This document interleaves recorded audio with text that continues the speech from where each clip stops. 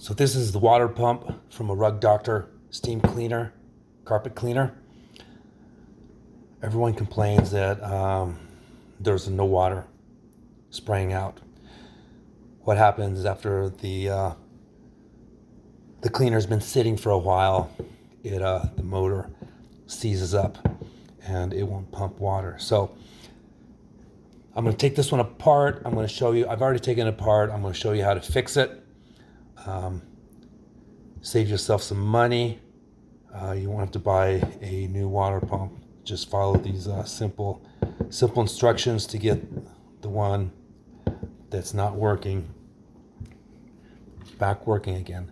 So these are some end caps that this goes here on each side. So this little clip actually goes over this cap, and all you gotta do is push on the back, and then the clip pops out. Get your little flat screwdriver and pop the clips off, and just remove this. Wiggle it back and forth slowly until it totally removes. You could do that on both sides. So once you get the sides off, you've got to get a screwdriver and remove these end caps. Okay. There's 2 screws here on each side. So kind of wiggle it back and forth. It'll slowly pull out, and you've got one side off. Do the same thing on the other side. Remove 2 screws.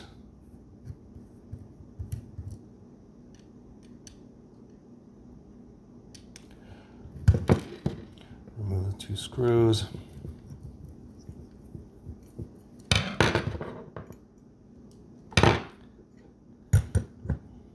Okay.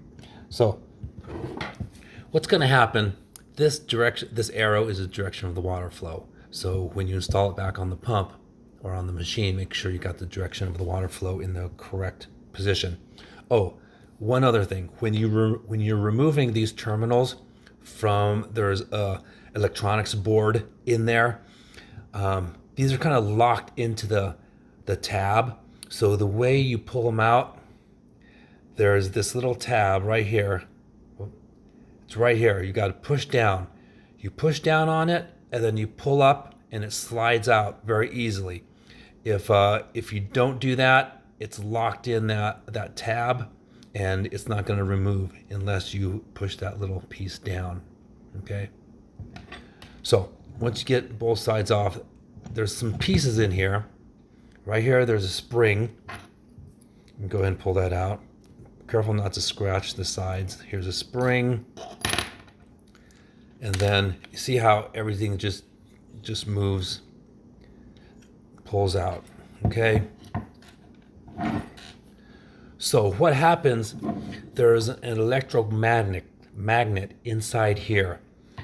This is connected to 115 volts, 60 hertz, like the electricity that comes out of the wall of your house. And it creates a magnetic field. And the magnetic field surrounds here, and there's like a little plunger that goes back and forth. And when it goes back and forth, it pulls water through. And if you could pull this side off and carefully wiggle it back and forth, and it just pops off. So keep the sides. Keep the sides. The direction is going this way. These are a little bit different, so just make sure you don't switch them. Okay, this empty one is the inlet, and this one, there's a one-way valve. There's a little ball bearing in here, and there's a spring. It allows water to pass through, but it won't let water come back this way. You can blow through this way, but you can't blow through that way. It's called a one-way valve. So what happens, this you can also remove. Okay, just stack that there. So what happens is this little plunger goes back and forth, and it pulls water through. pulls water through. There's probably another one-way valve in there. So, and then this was the side. No, this is the side. They're a little bit different. One of them has like a spring, and on the other side it has like a hole. And then, so the side with the spring, sorry, this side is on the outlet side. This side is on the inlet side. So what happens when the carpet cleaner sits, and especially over time, hard water is going to stick to here.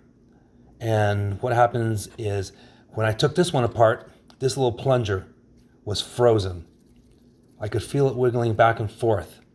And what happens when it sits over time, the water, hard water builds up on here, and it sticks to the inside of the cylinder. And after a couple months just not being used, this little plunger freezes up and it no longer moves back and forth. So what I did is I've got this wet dry sandpaper. This is 800 grit. It's just wet dry. You don't want anything too abrasive because you don't want to take off any material. You just want to take off the hard water deposits, the calcium. You could also help out, soak it in CLR. Then I'll break up the hard water deposit.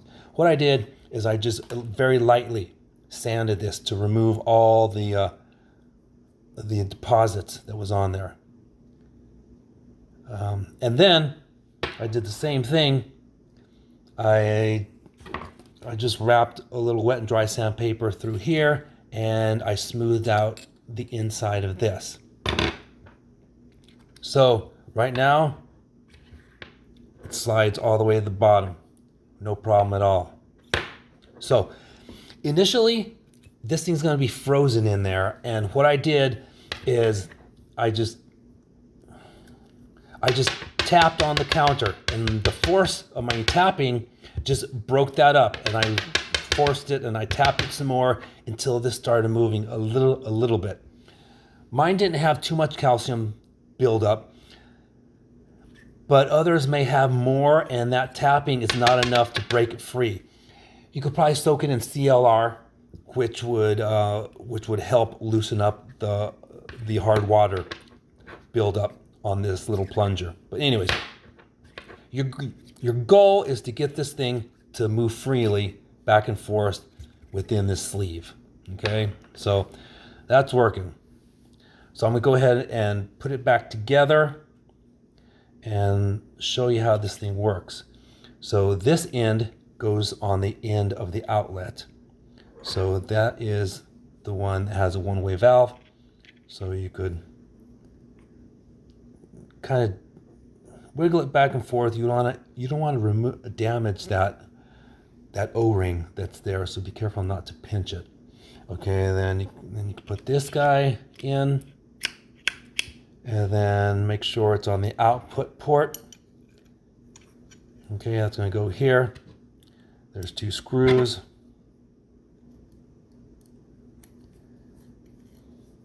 Put these guys back together.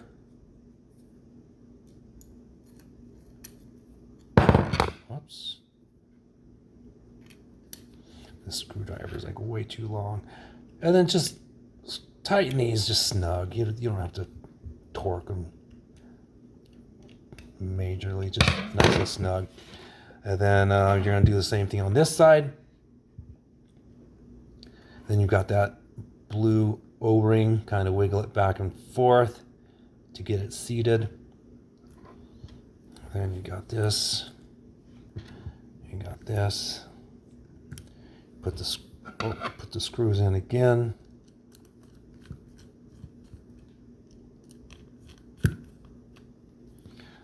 And snug it down. Not too tight, not too loose, just... Okay. Oh shit. I forgot the spring. Okay. It went on this side. It's not going to work without that spring. The spring pushes that plunger back the other direction. So make sure you put all your parts back in. So this goes right here. Okay. Now you're ready to put this back.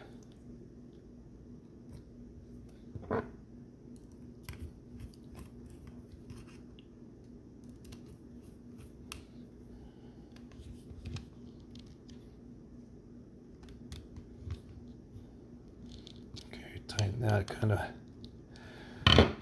Okay, so this is the input side. I'm going to just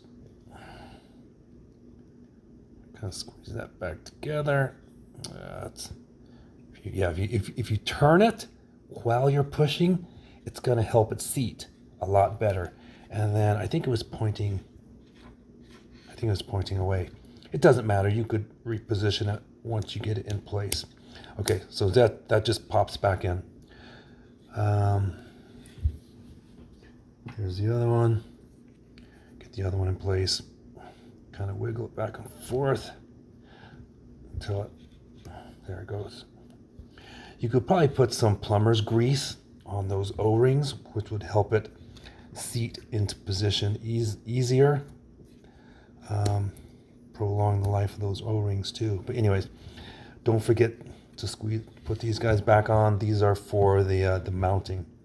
So this next portion, I'm going to actually add electricity to it. So this is kind of risky. If you don't know electricity that well, don't even mess with it. You can get electrocuted and end up dying if you do this the wrong way. So basically, I've got a plug and I've got a cut end. Okay, when it's plugged in, you never want to touch these together. That's going to create a short, and it's going to probably pop your breaker out on your electrical panel. So what I'm going to do, I'm going to put one connection inside here. This motor, it runs on 120 volts, 60 hertz. That's the same thing that's coming out of your wall. Okay, so I got one here. So the first time I did this, the motor it just hummed. Wasn't making very much noise at all. Just the humming of the windings, the electricity flowing through the windings of there. It's just a big coil winding a big coil in there. Okay, so I've got one end plugged in there, and I'm going to plug in the other end to my wall. So right now, the electricity is hot, so I want to be very careful.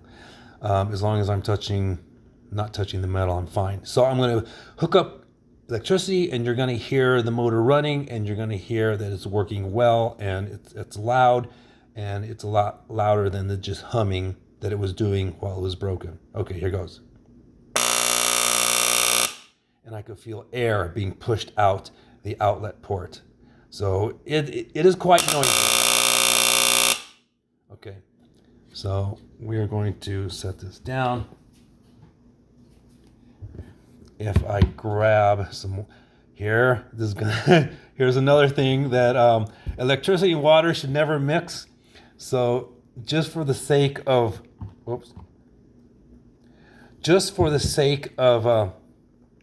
demonstration that the pump is working, I am going to put this in a little bucket of water and prove that our pump is pumping water. So this is the inlet, and it's going to pump out the other way. So I'm just going to dunk the very bottom. Okay. All right. Trying to do this with one hand, folks. Oh, come on. I need an assistant.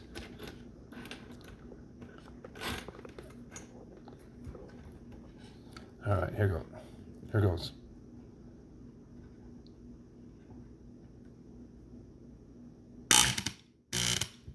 All right.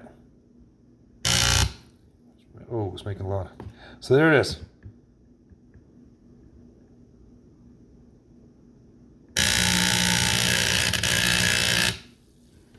voila, we have water. So save yourself some money, repair your pump on your own. I wouldn't recommend you using electricity, because that's only gonna put you in harm's way. As long as that little thing is moving back and forth, that little plunger on its own, put it back together, you'll never have a worry until the next time, until it freezes up again. So I hope this video helped. I wanted to make something, save some people a little bit of money, repair it on your own. All right.